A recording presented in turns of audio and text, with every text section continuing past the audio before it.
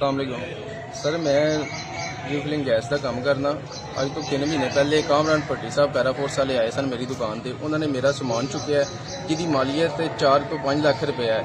उन्होंने समान चुकया, उस तो बाद उन्होंने समान नहीं वापस किया। मेरे को 15,000 रुपया लैके मैनू उस तो बाद छड़ दिता गया है, ठीक है। फिर उस तो बाद दूसरा अफसर आया, वो मेरी दुकान पर आया, उन्होंने सारा समान मेरी दुकान तो चुक के लिहाजा कि मैं रीफिलिंग का काम खत्म कर दिता होया सी, बंद कर दिता ही, ठीक है। इन्होंने 15,000 रुपया मैं जुर्माना दे के अज फिर इन्होंने मेरी दुकान के उत्ते सर रिट की, मेरा समान चुक लिया इन्हें।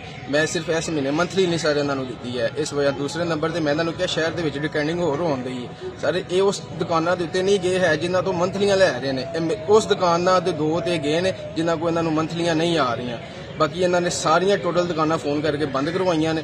दूसरे नंबर पर सर इन्होंने इतने हवाला च लिया के मैनू डक के मेरे ते तशद्दुद करके उस तो बाद इन्होंने मैनू आप इतों चले गए हैं, ठीक है सर। मैं अर्ज एसी साहब अगे ये करना चाहना वा कि सर मेरे नाल लिहाजा सरासर ज्यादती करते हैं पे। सर मेरे नाल 1 दफ़ा नहीं 2-3 दफ़ा हो चुकी है, ठीक है। मैं वज़ीर आज़म तक कहना चाहना वा सारियां कि मेरी हेल्प करन सर।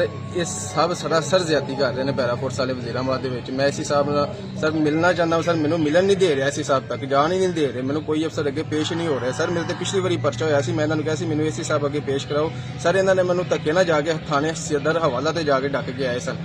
कामरान भट्टी साहब ने 15,000 रुपया लिया, अरसलान साहब ने भी मेरे को 15,000 रुपया लिया मेरी दुकान के उत्ते आके, मैं खुद गवाह इस चीज़ का सर।